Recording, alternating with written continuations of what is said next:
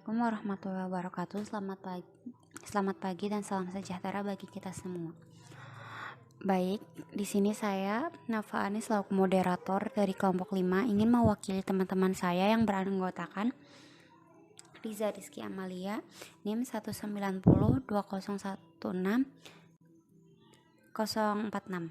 dan M Faizin Farhani, NIM 1902016 071 dan Aulia Elvaneza NIM 1902016 074 dan saya sendiri Nafani NIM 1902016 079.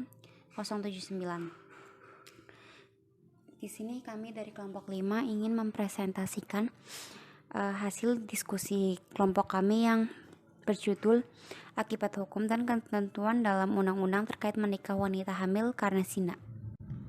Baik, di situ sudah tertera PPT yang sudah kami share. Silahkan bagi teman-teman bisa dibaca dan dipahami terlebih dahulu. Selebihnya kita diskusikan. Selanjutnya menjelaskan tentang akibat hukum menikah wanita hamil karena zina dalam undang-undang. Kawin hamil adalah kawin dengan seorang perempuan dengan keadaan hamil dikawinkan dengan laki-laki yang menjadi penyebab kehamilan tersebut ataupun laki-laki yang bukan menjadi penyebabnya. Adapun Undang-Undang Nomor 1 Tahun 1974 tentang perkawinan secara khusus tidak mengatur mengenai perkawinan perempuan hamil. Namun dalam Undang-Undang Perkawinan Pasal 2 Ayat 1 menjelaskan perkawinan yang sah yaitu perkawinan yang apabila dilakukan menurut hukum masing-masing agamanya dan kepercayaan itu.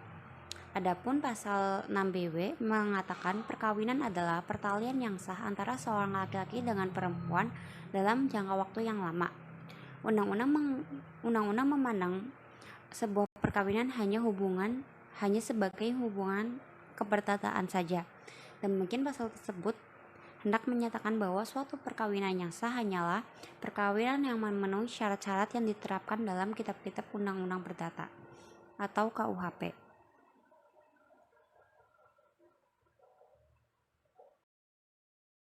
Lanjut di slide berikutnya ada status anak dari perkawinan perempuan hamil. Dalam hal ini sudah menurut Undang-Undang Nomor 1 Tahun 1974 tentang perkawinan tidak menjelaskan secara rinci tentang pengakuan anak di luar kawin.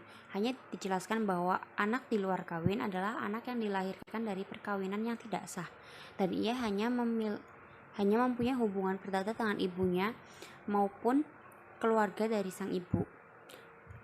Dalam Undang-Undang Perkawinan juga mengatur tentang kedudukan anak terdapat dalam pasal 42 sampai 44. Pasal 42 menyatakan anak yang sah adalah anak yang dilahirkan atau sebagai akibat perkawinan yang sah. Ya, materi yang selanjutnya yaitu menjelaskan tentang status anak dari perkawinan perempuan hamil. Status anak yang mempunyai perlindungan hukum keperdataan adalah status anak yang dilahirkan secara sah atau sebagai akibat dari perkawinan yang sah. Dalam hal ini, sang anak bisa memiliki hubungan keperdataan dengan ayahnya juga dan sang ayah harus mengakui bahwa itu anak kandungnya sendiri. Sedangkan status anak yang dilahirkan di luar perkawinan atau karena sebab zina, maka ia hanya memiliki hubungan keperdataan dengan ibunya atau keluarga sang ibu, tidak mendapatkan perlindungan hukum keperdataan dari seorang ayah maupun pengakuan anak dari seorang ayahnya. Selanjutnya, masih membahas mengenai status anak dari perkawinan perempuan hamil karena zina. Dan yang dimaksud di dalam pasal 42 dan pasal 43 ayat 1 Undang-Undang Perkawinan hanyalah untuk menafikan status anak yang lahir akibat hubungan zina atau karena status li'an semata. Sebab kalau melihat ketentuan pasal 2 ayat 1 Undang-Undang Perkawinan, di situ tertulis secara jelas menyatakan bahwa keabsahan perkawinan ditentukan oleh agama dan kepercayaan masing-masing agama. Dengan demikian, sah atau tidaknya perkawinan nantinya akan berimplikasi kepada status anak, sangat tergantung kepada terpenuhinya syarat dan rukun perkawinan menurut syariat Islam. Jadi, dapat diartikan bahwa sepanjang syarat dan rukun suatu perkawinan tersebut terpenuhi, maka perkawinan tersebut dianggap sah secara hukum. Otomatis, status anak yang lahir dari perkawinan tersebut juga sah secara hukum, dan anak tersebut berhak dinasabkan kepada bapaknya. Mereka saling mewarisi, dan bapaknya juga sebagai wali. Selanjutnya yaitu membahas mengenai kewajiban untuk menafkahi anak hasil perkawinan wanita hamil karena zina. Adapun kewajiban untuk menafkahi anak sangat bertalian erat dengan status perkawinan kedua orang tuanya. Secara tersirat disebutkan di dalam pasal 2 ayat 1 Undang-Undang Perkawinan bahwa perkawinan menjadi sah jika dilakukan menurut hukum masing-masing agama dan kepercayaan. Anak yang lahir dari perkawinan yang sah memiliki hak nafkah dari ayahnya. Bisa dikatakan bahwa anak hasil perkawinan wanita hamil karena zina yang lahir dari perkawinan yang sah, ia berstatus sebagai anak sah dan ia berhak untuk dinafkahi. Selanjutnya yang akan kita bahas yaitu mengenai ketentuan undang-undang terkait menikahi wanita hamil karena zina. Yang pertama, berdasarkan kompilasi hukum Islam atau KHI. Menurut kompilasi hukum Islam, bahwa hukumnya sah untuk menikahi wanita hamil akibat zina bila yang menikahi wanita tersebut adalah laki-laki yang menghamilinya. Bila yang menikahinya bukan laki-laki yang menghamilinya, hukumnya tidak sah, karena menurut pasal 53 ayat 1 kompilasi hukum Islam tidak memberikan peluang untuk hal tersebut. Secara lengkap, isi pasal 53 kompilasi hukum Islam itu ialah sebagai berikut. Yang pertama, seorang wanita hamil di luar nikah dapat dikawinkan dengan pria yang menghamilinya. Yang kedua, perkawinan dengan wanita hamil yang telah disebut pada ayat 1 dapat dilangsungkan tanpa menunggu terlebih dahulu kelahiran anaknya. Yang ketiga, dengan dilangsungkannya perkawinan pada saat wanita hamil, tidak diperlukan perkawinan ulang setelah anak yang dikandungnya lahir. Di dalam Al-Quran pada surat An-Nur ayat 3 dijelaskan, dan perempuan yang berzina tidak dikawini melainkan oleh laki-laki yang berzina atau laki-laki yang musyrik, dan yang demikian itu diharamkan atas orang-orang mukmin. Dari ketentuan ini dapat dipahami bahwasanya kebolehan kawin dengan perkawinan hamil bagi laki-laki yang menghamilinya ialah pengecualian, karena laki-laki yang menghamilinya itu yang tepat menjadi jodoh mereka, sedangkan laki-laki yang mukmin tidak pantas bagi mereka.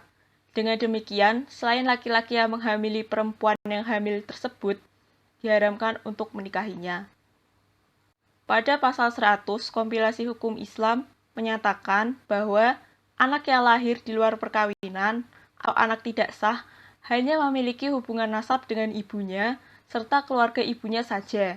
Hal ini sangat merugikan anak, karena berdasarkan pasal tersebut, anak tidak memiliki hubungan keperdataan dengan ayah biologisnya. Anak dari hasil perkawinan wanita hamil karena zina, yang statusnya tidak sah, dapat memperoleh hubungan perdata dengan ayah biologisnya, yaitu dengan cara memberikan pengakuan terhadap anak luar kawin.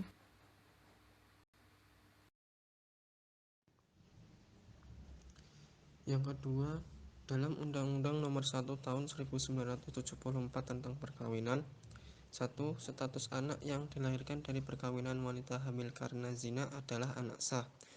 Apabila dilahirkan dari perkawinan yang sah, yaitu perkawinan yang dilakukan menurut hukum masing-masing agama dan kepercayaan itu, pasal 2 ayat 1, dalam hal ini apabila perkawinan dilakukan dengan laki-laki yang menghamili wanita hamil tersebut dan menjadi anak tidak sah, atau anak luar kawin apabila yang menikahi wanita hamil tersebut laki-laki yang bukan menghamilinya. Apabila mengikuti kompilasi hukum Islam yang terdapat dalam pasal 53, anak hasil perkawinan wanita hamil karena zina yang tidak sah takkan memperoleh hak yang menjadi kewajiban ayahnya, karena ketidakabsahan pada anak tersebut. Konsekuensinya adalah laki-laki yang sebenarnya menjadi ayah tidak memiliki kewajiban memberikan hak anak tersebut. Sebaliknya, anak itu pun tidak bisa menuntut ayahnya untuk memenuhi kewajibannya yang dipandang menjadi hak anak bila statusnya sebagai anak tidak sah. Yang kedua, Undang-Undang Nomor 1 Tahun 1974 tentang perkawinan tidak menjelaskan secara rinci tentang pengakuan anak di luar kawin. Hanya saja dalam pasal 43 ayat 1 Undang-Undang Perkawinan dijelaskan bahwa anak di luar kawin adalah anak yang dilahirkan dari perkawinan yang tidak sah, dan anak tersebut hanya mempunyai hubungan perdata dengan ibu yang melahirkannya atau keluarga ibunya. Pengakuan anak dapat dilakukan oleh kedua orang tuanya atau salah satunya. Pengakuan anak dapat dilakukan oleh kedua orang tuanya atau salah satunya. Syarat undang-undang untuk dapat mengakui anak adalah telah mencapai umur 19 tahun untuk pria, sedangkan untuk wanita tidak ditentukan tercapainya suatu umur. Alasan undang-undang untuk tidak menentukan umur bagi seorang wanita untuk melakukan pengakuan adalah karena pembuat undang-undang beranggapan bahwa alam atau fakta melahirkan membuktikan wewenang wanita. Sedang untuk bapaknya undang-undang menghendaki suatu kematangan alam pikirannya sehubungan dengan banyaknya kewajiban bagi pria yang diakibatkan suatu pengakuan. Adapun prosedur pengakuan anak di luar nikah diatur dalam pasal 49 Undang-Undang Nomor 23 Tahun 2006 tentang Administrasi Kependudukan yang menegaskan hal 1. Pengakuan anak wajib dilaporkan oleh orang tua pada instansi pelaksana paling lambat 30 hari sejak tanggal surat pengakuan anak oleh ayah yang disetujui oleh ibu dari anak yang bersangkutan. Yang kedua, kewajiban melaporkan sebagaimana dimaksud pada ayat 1 dikecualikan bagi orang tua yang agamanya tidak membenarkan pengakuan anak yang lahir di luar hubungan pernikahan yang sah. Yang ketiga, berdasarkan laporan sebagaimana dimaksud pada ayat 1, pejabat pencatatan sipil mencatat pada register akta pengakuan anak dan menerbitkan kutipan akta pengakuan anak.